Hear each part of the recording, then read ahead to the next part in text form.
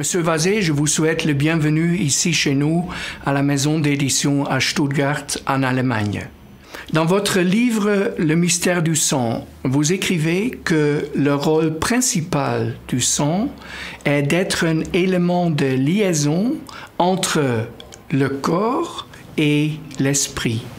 Qu'est-ce que vous entendez par cela? Pour un matérialiste qui pense que l'être humain est qu'un corps physique, évidemment, la question ne se pose pas. Mais pour quelqu'un qui a une approche spiritualiste de la vie, l'être humain n'est pas seulement un corps physique, c'est un esprit, pris dans le sens de l'âme, qui est incarné dans un corps physique.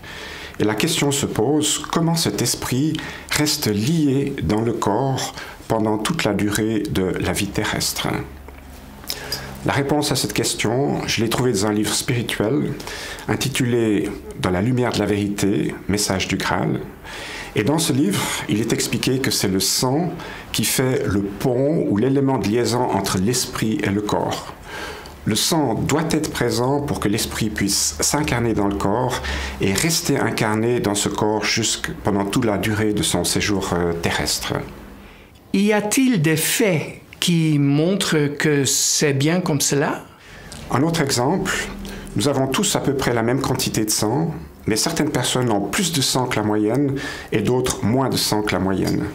Et on peut ainsi distinguer deux genres de personnes. Premièrement, le type sanguin, qui a plus de sang que la moyenne des gens, et ça se voit parce qu'il est tout rouge dans le visage, il est tout congestionné. Et cette personne, à cause du fait qu'il a plus de sang que la moyenne des gens, son esprit est plus proche, intimement incarné dans le corps physique. Et ce qui veut aussi dire qu'il est beaucoup plus intéressé aux choses matérielles et physiques, comme par exemple manger, boire, s'activer physiquement. Bien sûr, ici je fais une description un peu caricaturale de la chose. Mais l'autre type, c'est la personne qui a moins de sang que la moyenne des gens. Et ça se voit aussi, elle est plutôt pâle, elle est de teint blanc. Et ayant à disposition moins de sang, son esprit est aussi moins intimement incarnée dans le corps, ce qui fait qu'elle ne s'intéresse pas tellement aux choses physiques et matérielles, elle est beaucoup plus dans le monde des idées, des idéaux, du rêve. Si j'ai bien compris, ce n'est qu'une question de quantité? Non, la qualité intervient aussi, et par qualité, j'entends la composition du sang. Toute modification de la composition du sang entraîne une modification de la qualité de la liaison entre l'esprit et le corps et une modification de la qualité de la perception de la réalité extérieure et la manière dont on se sent par rapport à cette réalité extérieure. Par exemple, pour être bien dans notre peau, c'est-à-dire pour que l'esprit soit bien dans le corps, il faut qu'il y ait un certain taux de glucose dans le sang, c'est ce qu'on appelle la glycémie. Maintenant, lorsque cette glycémie descend et qu'on arrive en crise d'hypoglycémie, d'abord, on est très fatigué physiquement, mais ensuite, notre perception de la réalité extérieure se modifie. Une personne en hypoglycémie commence à devenir nerveuse, anxieuse. Les petites choses qu'elle faisait tous les jours sans réfléchir deviennent des problèmes, des gros problèmes, même des obstacles insurmontables. Elle peut même paniquer devant ces choses. Alors qu'au fond, autour d'elle, rien n'a changé. La seule chose qui a changé, c'est sa composition du sang et sa perception de la réalité extérieure. Donc, ce que je viens de dire ici à propos du glucose peut aussi être répété à propos des carences en vitamines, en minéraux qui se trouvent dans le sang et qui entraînent des modifications de notre perception de la réalité extérieure. Par exemple, un manque de vitamine B1 a tendance à faire que les gens ont peur. Mais bon, je ne vais pas m'arrêter seulement aux exemples où il manque quelque chose dans la composition du sang, parce que cette composition peut aussi se modifier lorsqu'il y a quelque chose en plus qui se surajoute. Et de nos jours, c'est très souvent le cas, par exemple avec les métaux lourds qui arrivent avec la pollution, donc du cadmium, du mercure, des choses comme ça. Par exemple, du plomb, c'est quelque chose qui rend les gens plutôt dépressifs et irritables, qui les font avoir des fausses perceptions de la réalité. Et alors, que penser des transfusions de sang? Alors, les transfusions de sang illustrent bien le fait que le sang est le pont entre l'esprit et le corps. Les premières transfusions de sang ont été effectuées avec du sang animal, mais étant donné que ce sang a une composition qui est très différente de celle de l'être humain, l'esprit des êtres humains ainsi transfusés ne pouvait pas rester relié avec le corps. Dans les transfusions qui ont été effectuées avec du sang humain, parfois ça jouait très bien et d'autres fois la personne décédait. Et c'est seulement lorsqu'on a découvert l'existence des groupes sanguins, qu'en fait le sang était différent chez chaque être humain, qu'il existait différents groupes sanguins, qu'on a compris pourquoi ces esprits ne pouvaient pas rester dans le corps et que la personne décédait. Mais même aujourd'hui, lorsqu'on respecte bien tout ce qu'on sait sur les groupes sanguins, certaines personnes qui reçoivent du sang lors d'une transfusion ne sont pas bien en elles-mêmes, elles ont des difficultés à percevoir correctement la réalité extérieure. Et ça, c'est quelque chose qu'on peut observer, nous, depuis l'extérieur, parce que la personne semble entravée dans sa manière de penser, de parler et d'agir. La personne elle-même aussi peut le ressentir parce qu'elle dit « je ne suis pas vraiment là, je ne suis pas moi-même, je suis assis en deux chaises, il faudrait que je me reprenne ». Et toutes ces expressions montrent que la personne sent que son esprit ne maîtrise pas assez bien le corps parce qu'il n'est pas assez bien relié.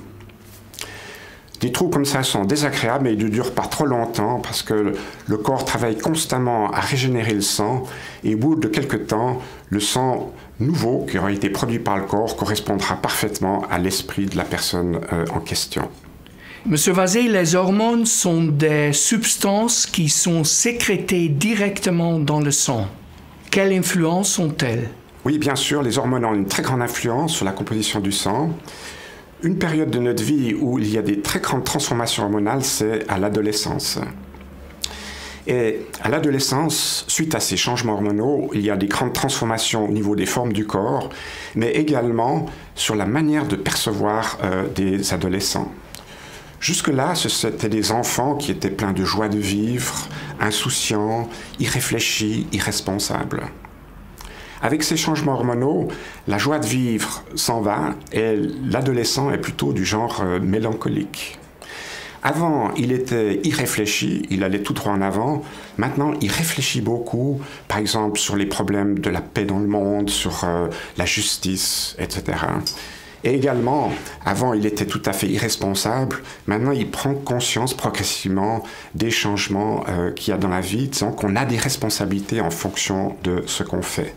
Et tout ça, c'est amené par ce changement de composition du sang qui met l'esprit dans une autre ambiance, qui lui fait percevoir les choses différemment. Maintenant, on pourrait aussi citer les changements d'état d'âme, d'humeur qui ont lieu avec le cycle menstruel chez les femmes, et également à la ménopause et l'andropause. Monsieur Vazé, on a l'impression que l'esprit est très dépendant des choses matérielles et du sang. Par exemple, les vitamines, les hormones.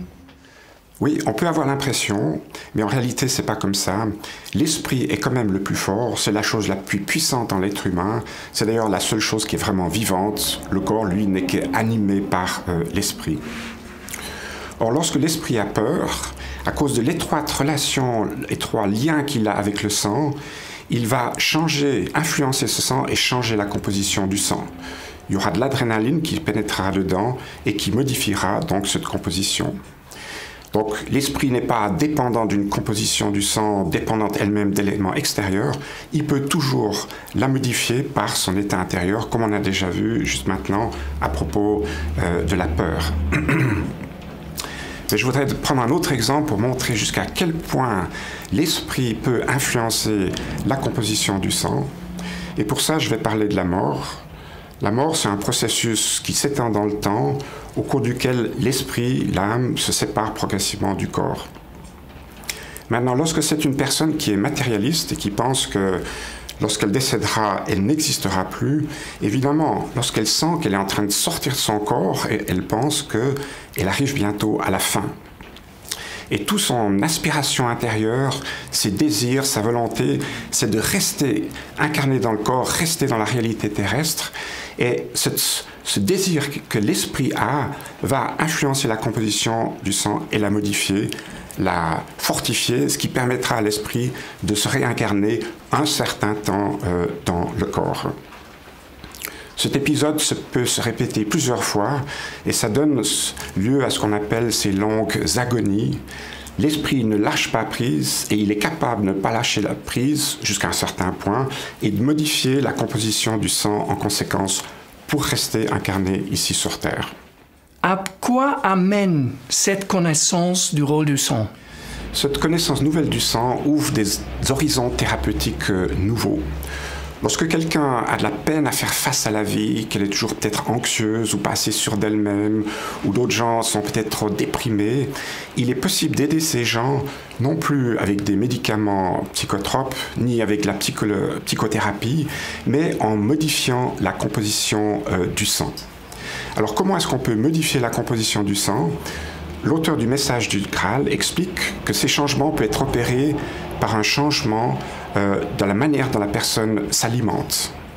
Alors, il précise également que ces changements ne doivent pas être unilatéraux ni définitifs et qu'ils doivent toujours être adaptés à la personne en question.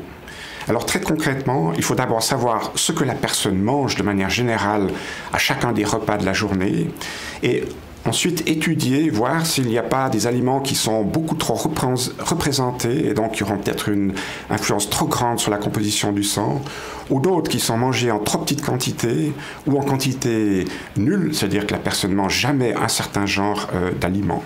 Et ensuite, des corrections peuvent être opérées en ajoutant ce qui manque, en augmentant ce qui est là en trop petite quantité, en diminuant ce qui est là en trop grande quantité. Mais en disant ça, je ne suis pas en train de dire que si on modifie l'alimentation de quelqu'un et sa composition du sang, tous ses défauts vont disparaître et elle va devenir quelqu'un qui a que des qualités. Si nous changeons intérieurement, c'est que nous, en tant qu'esprit, nous faisons des efforts pour nous améliorer. Mais en changeant la composition du sang, on aide l'esprit à s'aider lui-même. Je vous remercie beaucoup, M. Vazet.